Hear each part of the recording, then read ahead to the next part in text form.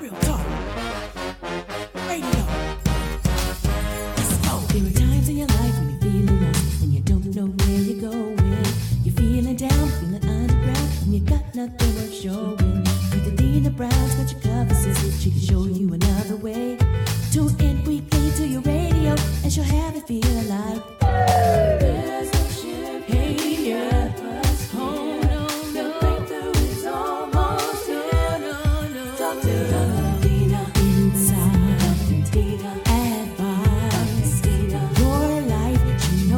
She's doing inside advice for your life, transform your life. Inside advice for your life, she knows what she's doing. Inside advice for your life, transform your life. All right. Welcome to Walking Through Glass, the podcast with your host, Dr. Dina C. Brown. I'm so excited to be with you on this conscious conversation. I have an amazing guest today joining me in the discussion, and I'm going to allow her to introduce herself in a minute. But first and foremost, let me tell you a little bit about who I am. I am Dr. Dina C. Brown, and I'm affectionately known by my clients as the Catalyst. And by Catalyst, it means that I make shift happen.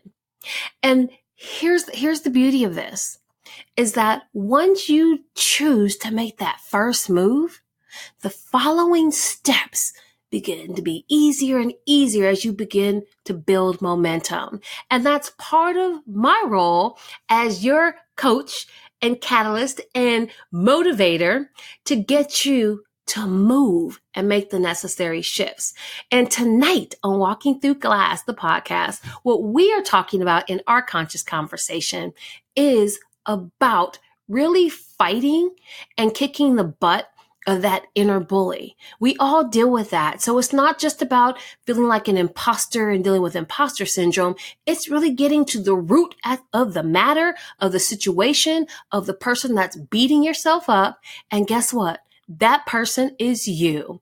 And so we have an expert here with us who's going to talk about how she slays the inner bully.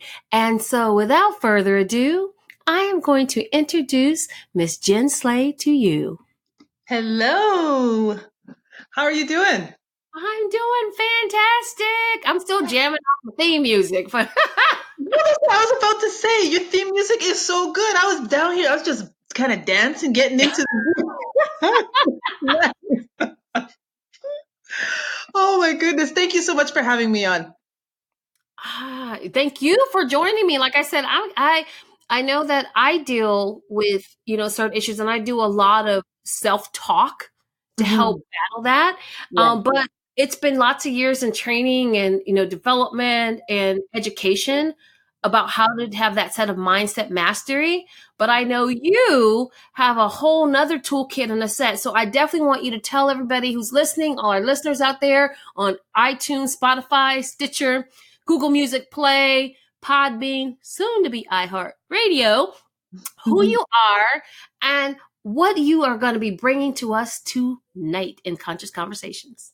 Okay, well, my name is Jen Slay. I'm a social worker. I'm up here in Canada. We the North. And I've been a social worker for about 20 years, and I've worked a lot with people in a number of different socioeconomic classes, a lot of people having to deal with having to manage that inner voice, that inner bully. And so over the last 5 years, I've opened a private practice and really delved into that, really honing into what helps people become more successful in their lives. And when I say successful, I don't mean just material, money, career. I mean actually feeling happy and fulfilled in their relationships and in their professional life and just life in general. So, Oh, that's good. That's so good. Mm-hmm. Oh, that was like kind of strange. I was like, "Where's that extra breathing space? What's happening?" On the mic, I was like, "That was the inner bully trying to come and get us." No, we about to give everybody some tips and guidelines on how to really deal with Yeah. that talk that we do. And I just had a dynamic conversation earlier this morning with a powerful woman who, for all intents and purposes, when she reached out and we began to talk, one of the things that she said is that, I'm always strong and I'm dealing with all of these issues and I'm beginning to feel this way because of these rejections and these different things that are happening in my life. And I don't have anyone really to talk to. And I've been dealing with this. And when you made XYZ comment, she's like, I'm sitting here in tears because I feel like I can be bare for the moment. And I Yeah. thought, wow, you know what I mean? Like she's a person that I also like admire. And when we're talking about different things that she could do for her business to monetize what she knows, we just had an authentic moment about really the mindset space. Yeah. It's interesting because people who do a lot and who are quite successful and who are movers and shakers, oftentimes they're the same ones that are extremely insecure about certain things about themselves, right? And they're the ones that are beating themselves up a lot, I'm finding. And I think for me, anyways, from my experience, it's you do so that you don't necessarily have to look inside, right? Mm, There's what I've come to understand is when you can accept who you are, like really just love who you are and forgive whatever you have done in your life, that's when you can live. mm. Until then, you're kind of just going through the motions and you're just, like I said, just doing. But when you can actually accept who you are and forgive whatever your bully is beating you up about, that's when you live. Wow. But it's something that you just said that is really key. That's this weird feedback thing going on. I don't know if that's my mic or what. Um, However, we're going to still keep it moving. Is Okay. that when we're talking with ourselves, especially high performers, Hmm. and we're questioning ourselves, and we tend to look at external factors Hmm. for the situations that we're in and what we're dealing with, as opposed to dealing with the internal causes of that and doing what I call that inner work, Yes. which is not very pretty and often very painful when you have to take a really good look at who you really are Yes. and not to simply be defined by what you have done. Yes, yes. And it's hard sometimes to take a look at who you really are because sometimes you find things like oh that ain't so pretty. That ain't so nice. Right? But I mean we all have it. We're nobody is perfect. Nobody is perfect. And the wonderful beautiful thing about life is that if you see something about yourself that you don't like, change it. Modify Amen. Say it real more time in the back with other people. you see that's what I'm saying. So we can change. We don't have to be the whoever the bully is saying we are. We don't have to be that. We don't have to believe that. I mean, if you buy into it, then that's when you start believing it, and then I believe you start your brain will find opportunities to make whatever you're believing a reality, right? So Wow. so you just have to really pay attention to your thoughts and be real with yourself. I love what you said. Be real. And it's in that realness is where we discover our truth. And Yes. when you were sharing that, what you've done for a number of years, and I applaud you for doing that work, because social work and working with people who are coming to you all day long with their issues and their challenges, and some of them quite horrific. And I come from an educational background, but a lot of psychology in that, because working as a school principal, we tend to have to be social workers. Yes. I've said on what, we tend to have to work in that space and sit on those committees and deal with some horrific things and keep it quiet because the confidentiality space is there. And so you find that when there's no one for you to tell, about all the things that you got inside of you, you begin to do this muscle memory of doing that even with your own life. So when things are going on with you, you keep thinking that you got to keep it confidential and not tell anyone, because if you did, now you have this big scarlet C, like scarlet crazy on your chest. Yeah, yeah, yeah. And what I love to share is that it's okay to not be okay. Yeah. It's You really know, for a lot of the years that since I graduated university, I spent a lot of time in child welfare. And okay. and when you work in that field, you see some of the worst that there is to see. And a lot of the parents that I worked with, they're beating themselves up about the mere fact that I'm knocking on their door to investigate someone saying that they are hurting their child or harming their child or mistreating their child, right? Just that knock on the door hurts, right? Even if it's not true, even if there's nothing going on, it hurts. Someone's questioning your ability to parent. And that I feel really gets into the core of people. And that's when their bully gets real loud. Real loud. But part of it is also the script Mm-hmm. that is marinating from their childhood experiences, their Yes. upbringings, and their interactions.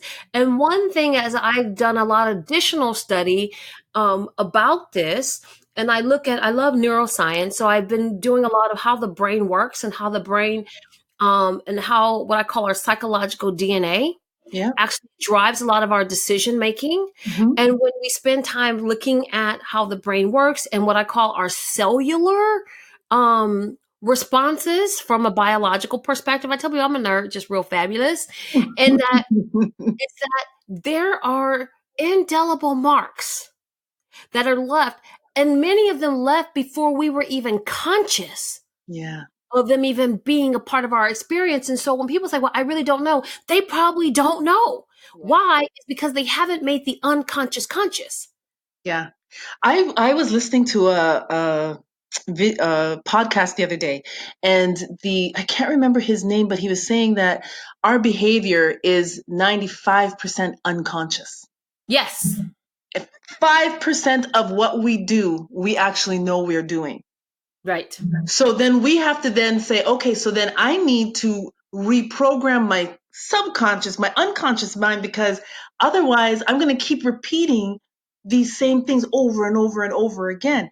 And one of the things that I teach in because I have a course that's called Slay Your Inner Bully, and one of the things that we teach is simply to reprogram that script, Oh, yes. completely reprogram the script, because you have the power to do that. You do not have to be who the bully says you are, Right. right? And But so, even better yet is that when we find and we start to deal, and this comes from, I've been in education lots of years, and how do you deal with bullies? You confront them. mhm, And that's where the inner work actually comes in. yeah, And that when I kept saying the inner bully is you, and I do that proverbial quote unquote they is you, they're mhm, not gonna, it's you talking to you. yeah, And so until you call a thing mhm, and realize you are really the master designer mhm, in your show, and that you got to go back and start to say, you know what, I know it's painful, but I need to get quiet. See, here's the thing, people who like a lot of noise and a lot of people around them are really busy and always going, I often think they're often running away from something, oh yeah, because they just can't be alone. They don't want to be by themselves. Why? Because when they do, they will then come to the realization that they don't like them, yeah, and when they don't like them, hurt other people. yes, Broken women try to break other women, and you can go extrapolate that across. And so really the bully inside of them has been beating them up, saying, okay, well, remember the very first time you were sitting in class in the 4th grade and you tried to answer a question and you got the wrong answer and your classmate laughed at you. That's why you need to be quiet. And so mm, you're wondering, well, why am I always quiet? Well, guess what? Go back in time, start to go deal with some things. yeah, And until you realize that, oh, that's where it came from. Okay, I'm good now. But so many times we don't want to do that because there's some painful memories. I'm just giving a basic example, Mhm, but mhm. there's some really painful hurts, which often come from our parents Yeah. and those people that we love. And because we love them, if we had to deal with the hurts that they inflicted upon us and had to deal with that truth of it, Mhm. then we're going to have to make some decisions about our relationships with people. And we don't want to do that. So what do? We keep talking crazy to ourselves. Yeah. I mean, that's, again, I've been doing a lot of, of Yeah. quiet time and inner work. And we're so busy not trying to hurt somebody else with the truth that we keep lying to ourselves and we're destroying that. And so that's why that inner bully is so strong. That's why you don't ever feel enough. That's why you don't feel like, you can't do it. And I wanted to ask you, is that when you made the leap to open your private practice, Mhm. what was going through your mind?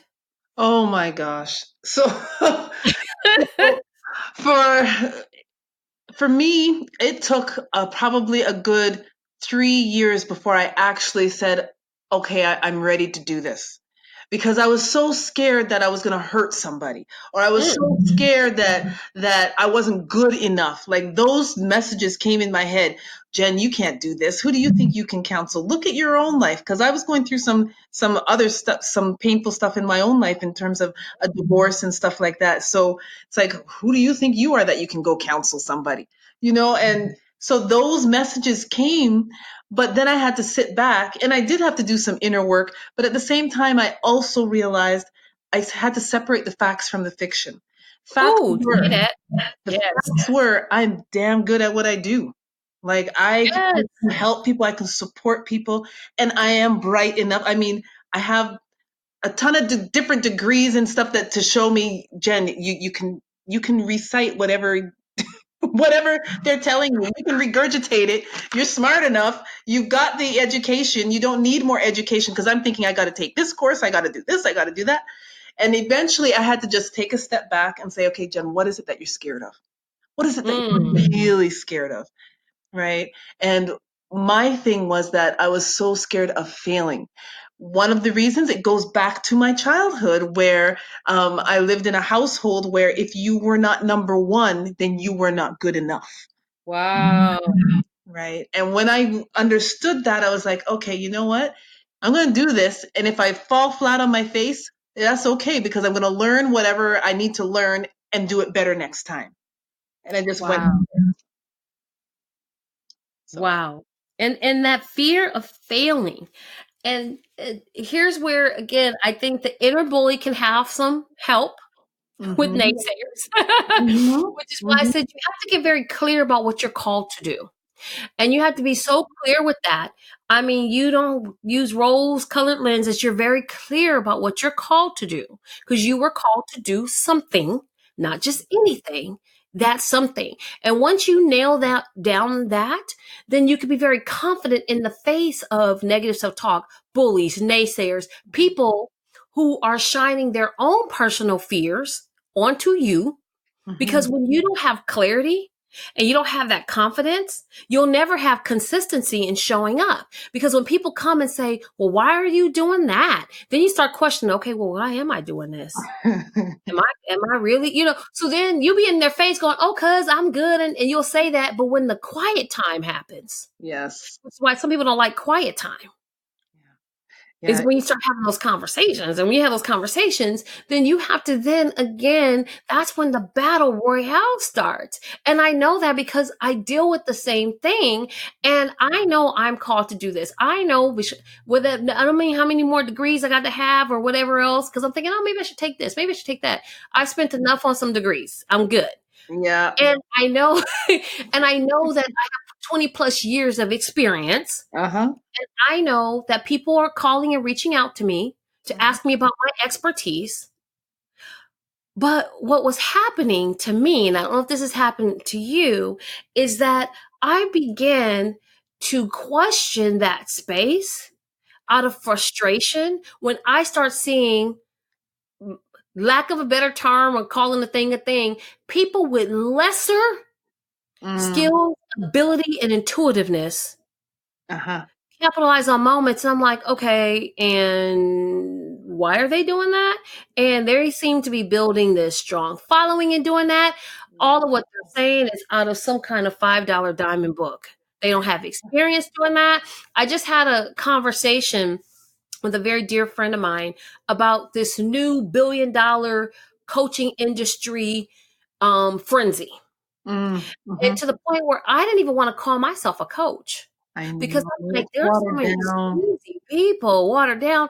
Where's their background knowledge? Yeah. Where's their experience? Mhm. You know, beyond the doctorate degree, I then also have a certification Yeah.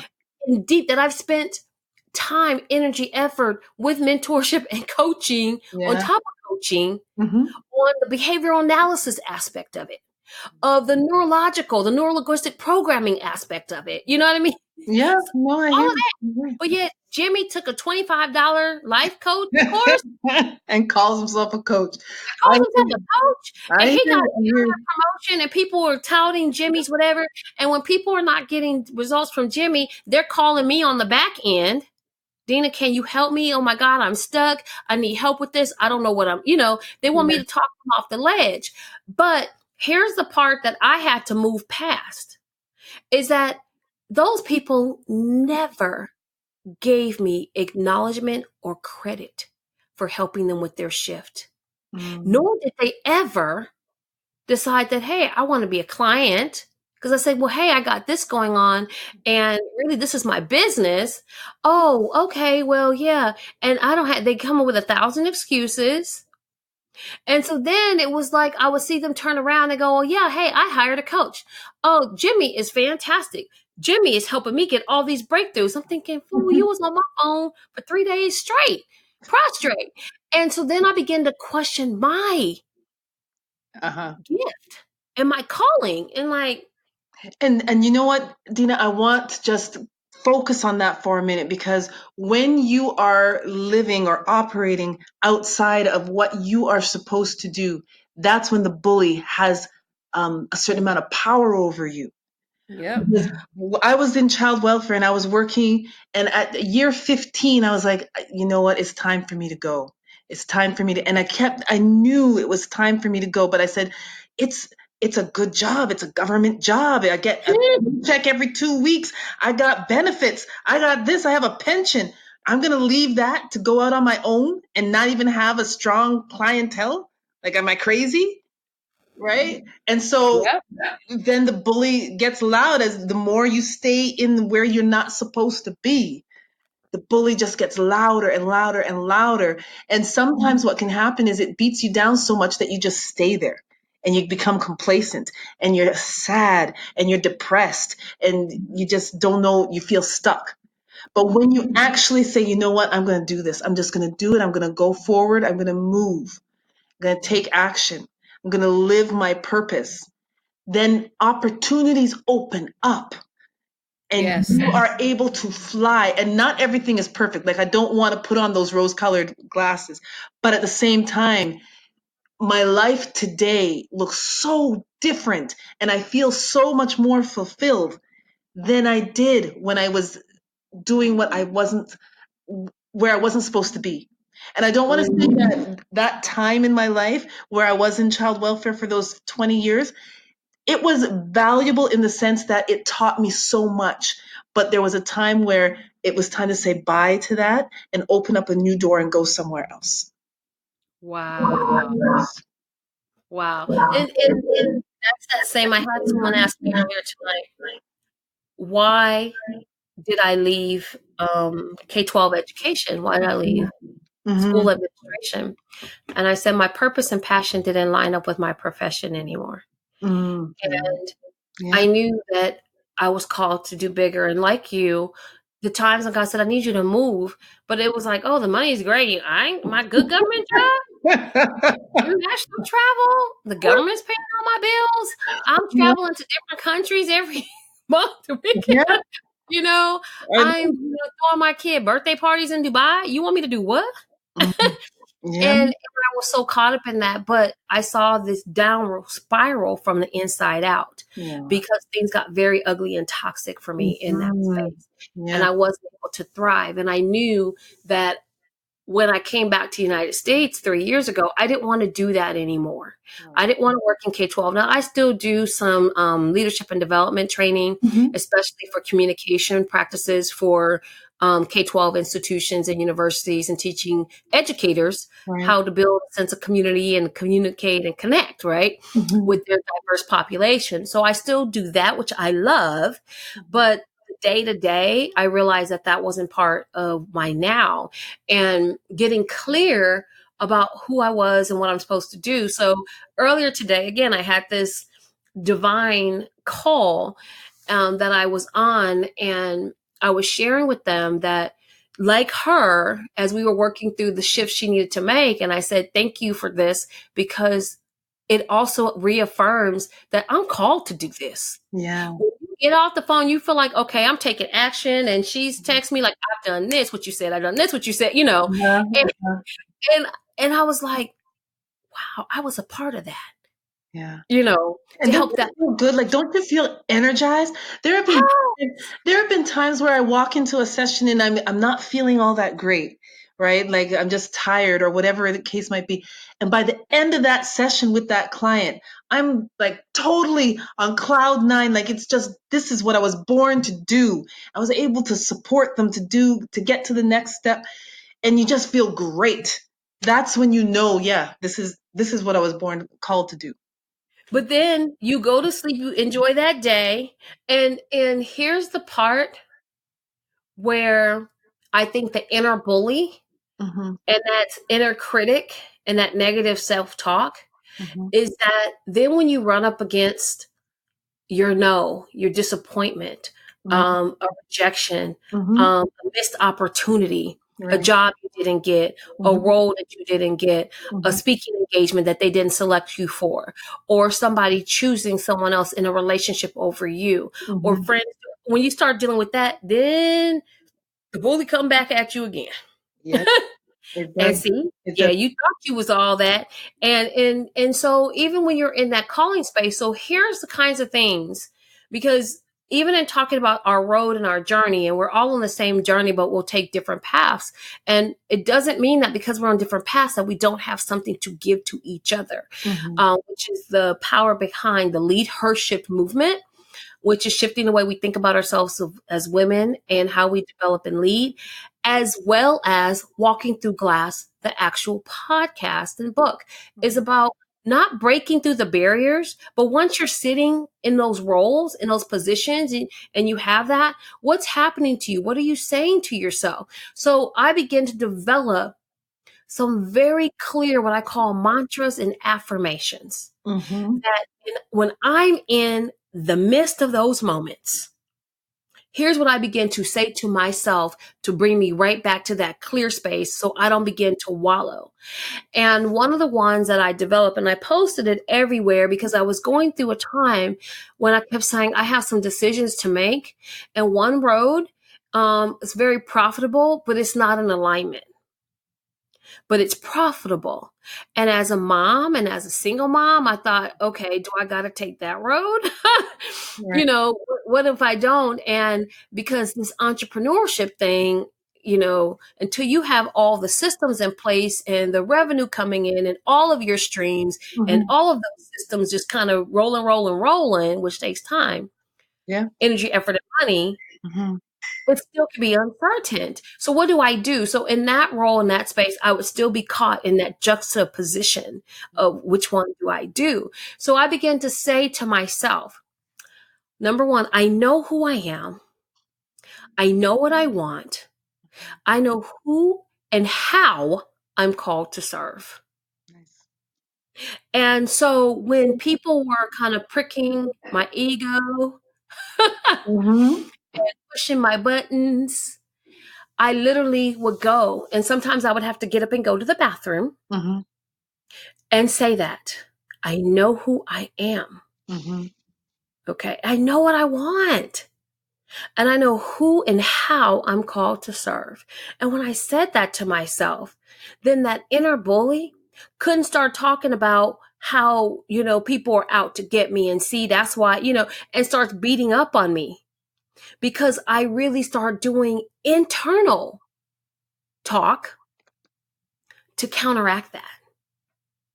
Right. So I don't know if you have a super thing that you do when you start to feel those emotions start to happen and that talk start to take over. So there's a few things. There's a few things that I do, and this is going to sound for your listeners, this is going to be like, this girl's crazy. But Share it. smile, Yes. smile, because when you start to feel anxious and when the bully starts coming at you, if you smile, what it does is the nerves and the muscles signal to the brain that you're happy. The brain just thinks, oh, you must be happy, you're smiling, and then it releases endorphins, that those happy hormones, to make you feel better, right? Because then you start to feel, when you feel good, you do good. I say that all the time, Absolutely. right? So that's one of the things. The other thing is to breathe, because sometimes when the bully is doing its thing, you start breathing shallow.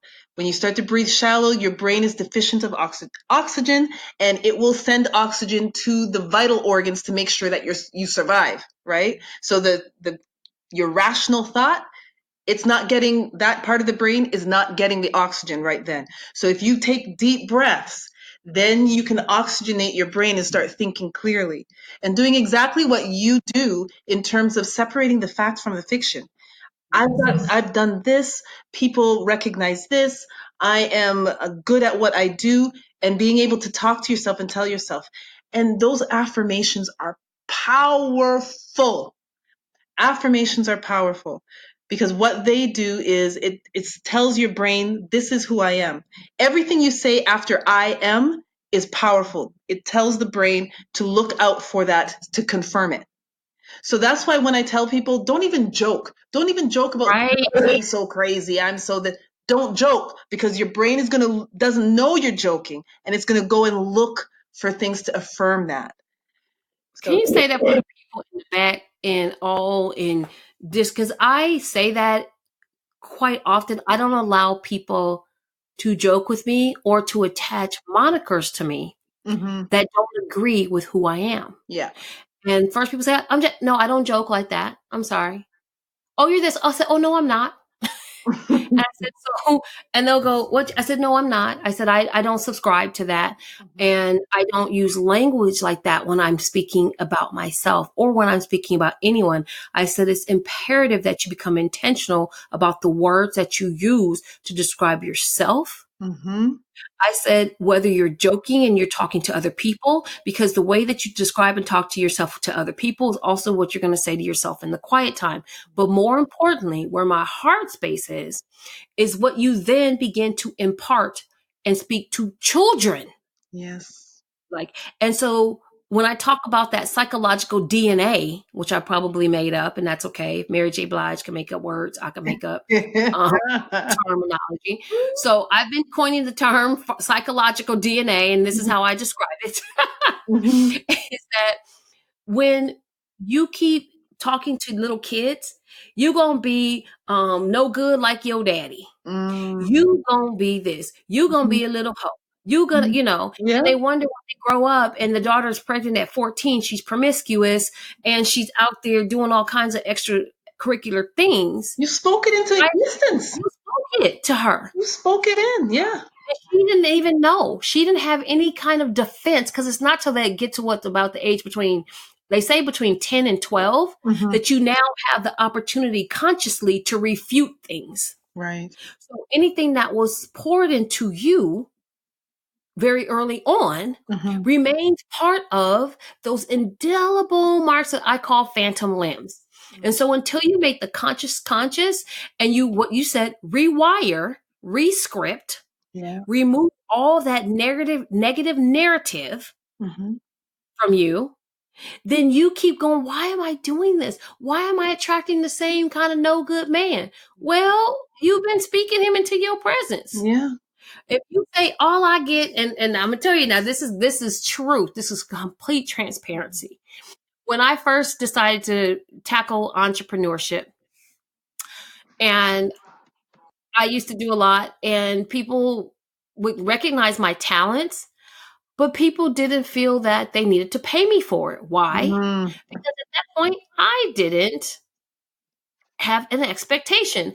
I loved what I was doing. I did it for over 20 years. As an educator and a government employee, you can't charge people for what we do. This is what we do. right, We coach, counsel, we do strategic plans. We do, that's what we do. I've done it all day long for 20 years right. because the government paid me, right? And so now, um, when I said this is a business space and I'm having lunch and I'm sitting there and I'm pouring into people, I'm giving strategic plans. They're calling me when they're in tough times. Some people got to the point where they wanted to call me every week to get coaching and help them create stuff, Uh-huh. to the point where I used to say, this is what I used to say. Oh, I keep getting those people that don't want to pay me. I keep getting those kind of clients that don't have any money. I started speaking that. And I then get the people that are so needy. Mhm. And I just kept saying that's what I'm getting. And guess what kept showing up is narcissistic, Mhm. needy, financially unfit people. Yeah. And I said, Dina, it's your fault. You've been calling those people to you. Yeah. Yeah. Yeah. So I had to rescript that.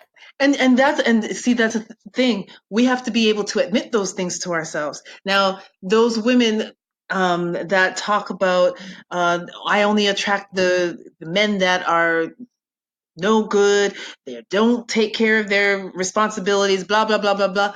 Well, it's your fault. You keep calling Yes, them in, right? And yes.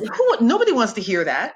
It's like, but I'm Yes, a nice and person. then you have I'm to a think good about that person. part of the self-love. Yeah. And so when we start talking about that inner bullying, I've dealt with a couple of people that I had to realize that they didn't like themselves, which is why that they couldn't care about me. It Mm-hmm. was obvious they didn't care about themselves.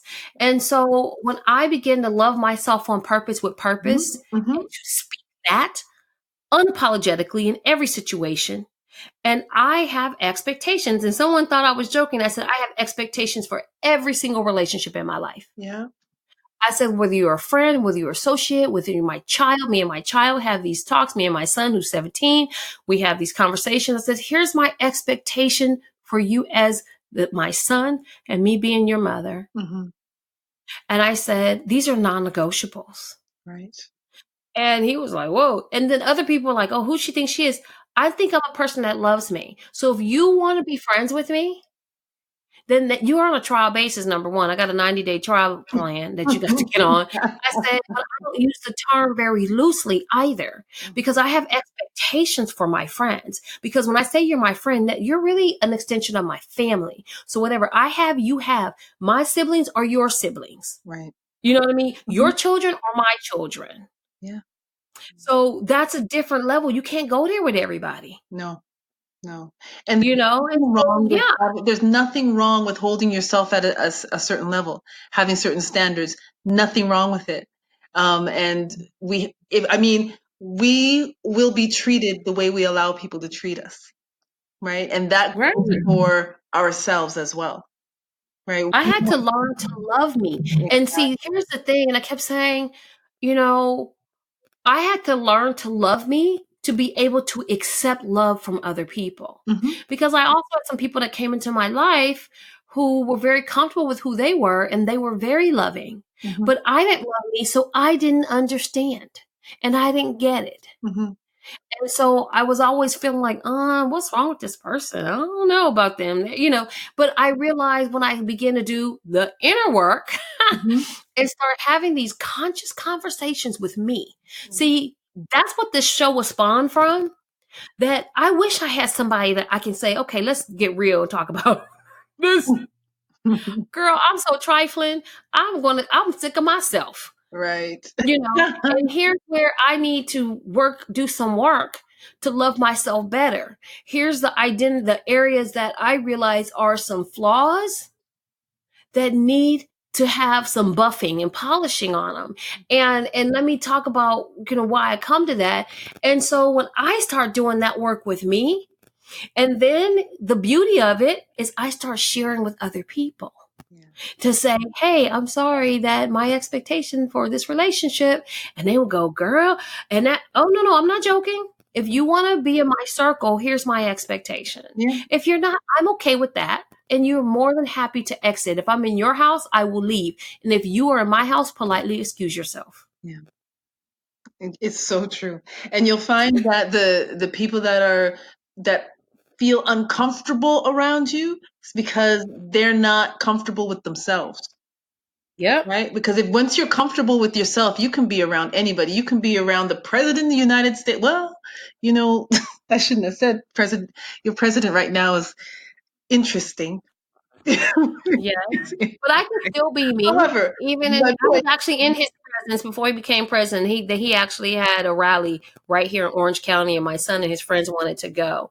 So I did have the distinctive opportunity, I'll call it, to be in the presence. But here's what at the end of the day is that number 45 cannot make me do A, B, C, and D or feel a certain way about myself. Yeah. And I stopped using the term, well, they made me. Mm. No, they did not. You had a choice. You chose to feel that way. And it still goes back to what's happening. And sometimes when we get tired of fighting the inner bully, we then cast those aspirations on somebody else. Mm-hmm. I mean, and say it's their fault. Mm-hmm. Yeah. They made me. They're doing this to me. Yeah. When we get, I guess what my point was that when we're comfortable with ourselves, we can be around anybody. It doesn't matter who Yes. we are, right? It doesn't matter what title they hold. We can be around anyone once we're okay with ourselves. And that goes back to what I said at the very beginning. When you can accept yourself for who you are and forgive yourself for whatever you need to forgive yourself for, that's when you start to live. Absolutely. And that you are like so 100% on point. And I was truly even agreeing with you with that point is that I'm comfortable in the room by myself with 1,000 people, with 5 people. And because of that, many people are drawn to me when I go in a room. And I'm just sitting there minding my own happy business. And they come over, they talk at my table, and sometimes I'll go find a corner so I could people watch. Right. And next thing I know, here they come, traipsing on over there to my side, and they started asking me, "Oh, your energy," and that's when I really started really doing some deep dive research and understanding and reading about energy, because I thought they're just playing. But then I would go to a whole different type of event, and people would say the same thing, and I'm like, oh my goodness. Okay, what is it, this energy thing? And so I knew the concept, but I didn't have verbiage for it before. Right. And so when people start saying that, oh, Dean, I just want a little bit of energy, then I wondered why I was so tired when I would leave these places. I was tired. So I tell you, I'm an ambivert. I'm very great out, but I can leave and go in the house and not leave and not talk to anybody for days and be okay. Yes. Yes. I call myself what was the term I had? Introverted extrovert. So I'm totally okay with just being by myself. And I love to people watch because I find that you can learn so much from just watching people's interactions and how what their moods are and how they speak to one another. Like you can just learn some more. It helps with your own social awareness. But also be totally amongst the crowd, talking it up, being that social butterfly. I can be, either way, and I'm comfortable either way. So yeah. And like I said, and that's good. So like I said, I have some really good tips. I use affirmations. I use meditation. You program it and schedule it on my phone. I have code trigger words to say when I feel myself spiraling. And when I feel like I'm in a situation or I've lost control of an opportunity, Mm-hmm. um, then my simple word is like, Lord, I trust you. I trust you. I trust you. Mm-hmm. I trust you. I trust you. And I just start saying that literally over and over and over again. And it just brings all my anxiety down. Right. And so I'm a firm believer in the power of intentional usage of words and affirmations, but affirmations to me with action, as opposed to just affirming, saying, Mm-hmm. I am happy. Okay, so what else are you doing? So are you just saying I'm happy, or are you actually going enjoying life? Are you going out into nature? Are you actually going and experiencing things that bring you joy? Or are you just wishing and sitting in a chair hoping to get hit by a happy bomb? I mean, I just are you being around people that also spark that happiness with you? Or again, are you just sitting there waiting for somebody to come and pour it on your head? And so I believe affirmations also require action. Yes. Yeah. You gotta do something. Now, before we had such a great I mean, like this, I can talk about this like for 15 days and forever because it's so poignant. And that inner bully, which is also sparked, I think fear is a trigger Mm-hmm. and anxiety is a trigger. People think that they're one and the same. When we talk about that, they're not. When you talk about fear, imposter syndrome, inner bully, I think that they have some parallels and correlations, but they're not the same thing. And so since we're talking about how do we quote unquote slay the inner bully, Yeah. what else would you share with our listeners of something that they can actually do today to begin to make the shift and deal with that particular aspect Are you in hearing their life? that? Are you getting some feedback? Or I'm getting a little bit of feedback. all right, I wasn't sure. Okay. Anyways, one of the things that you can do right now is what's called a grounding technique. Right. So when you find that your mind is just going all over the place, where the bully is just attacking you, I give my clients just a little marble, just a clear little marble, and I say, focus on the marble. Just focus on it. What does it look like? What does it feel like? And because when you're doing that, then you're able to take your mind off of whatever is going on and focus so that you can be doing that breathing that I was talking about earlier. So that you can start to think rationally and start thinking about, okay, so what's actually going on here? How can I separate the facts from the fiction? Right. That's really good. I used to keep a little key in my car, Mm-hmm. and I had like some words written on it. Mm-hmm. And I mean, I do carry some of my other stones, my other ones, to ground me. And I used to have a lapis angel that I carried in my wallet. Mm-hmm. But I find that tangible aspect of Yeah. holding on to something and to bring me back, something that had a powerful reminder, what I call a powerful blessing on its ability to speak life Yes. into my life, Yes. was so key. Because I would say, what's the keys to getting up? What's the keys to making it happen? What's the Mhm. key to get you moving? How are you going to start the engine? Because you can become paralyzed Mhm. by that. Because once your inner bully starts talking, it triggers that other fear gene. Yeah. And then that's when that imposter starts talking to you from, Mhm. talking to and saying, really? And so that's when we start tripping ourselves up. And then the how, when we get stuck on how to do something, then again, we'll start talking to ourselves. So I think it's very important to take what I call your vitamins or your daily dose of vitamin Dr. D about how do you really, what's the practical tip? So I thank you so much for sharing the grounding tip. And I've created my own specific, affirmations to help with that. And what comes out, I'm excited. Next Tuesday, I'm going to be sharing the 28-day mindset cleanse. Mhm. And it's a soap cleanse, which deals with scripture, observation, affirmation, and then practice. Nice. So once you begin to identify and deal with some things, what are the other pieces to get you to help you move, with that? Because it's really about your mindset. Yeah. Hmm. What are you saying to yourself? And if anyone that's following me on social media, you can follow me at Dr. Dina Speaks. You'll see that that's what I speak to a lot. Mindset, mindset. What are you thinking? Mindset, mindset, Yeah. mindset. Yes. Yes. Yes. Yes.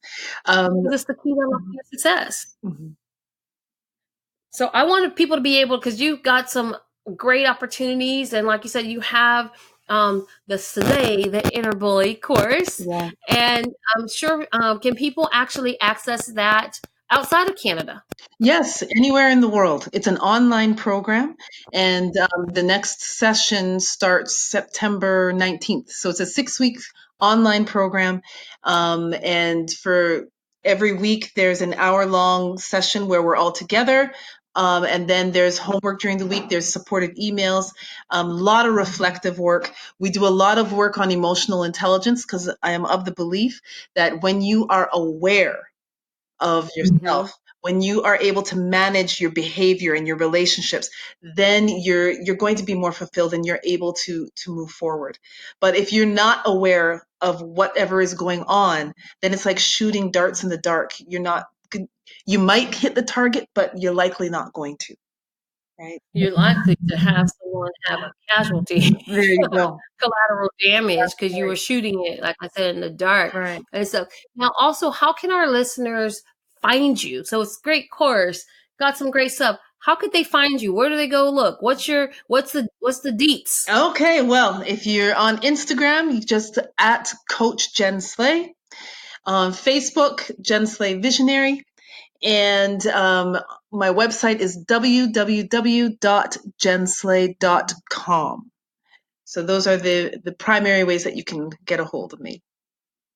Fantastic. And I'll tell you, your expertise and your insights are so powerful. And they're from a clinical space as well as practical applications. Yes. And I can tell you didn't pay $25.99 for your coaching degree, um, because you have really proven strategy, research based best practices and strategies to help people really get out of their own way and live their best life. And I am so appreciative of you just coming on and Walking Through Glass, the podcast, and spending some time helping us process through, what it is, and just really being honest about what it's like, what I call like having real talk Yeah. about dealing with the experience. And all the listeners out there, male or female alike, young or old, is that you're not alone in this. No. You're not alone in this. And when you call a thing, and you become very clear about what you're called to do, and when you realize that 50% of knowing who you are is knowing who you're not, Hmm. you have a better opportunity to be very clear, so that you can be very confident and you can be very consistent. And that consistency is what leads to what I call significance, because it's not about simple success. Hmm. It's about significance for me, leaving that legacy, that lasting impact to transform lives. Yes. One last thing that I'd just like to let your listeners know is slaying that inner bully doesn't mean that you're going to totally get rid of it, right? Yeah.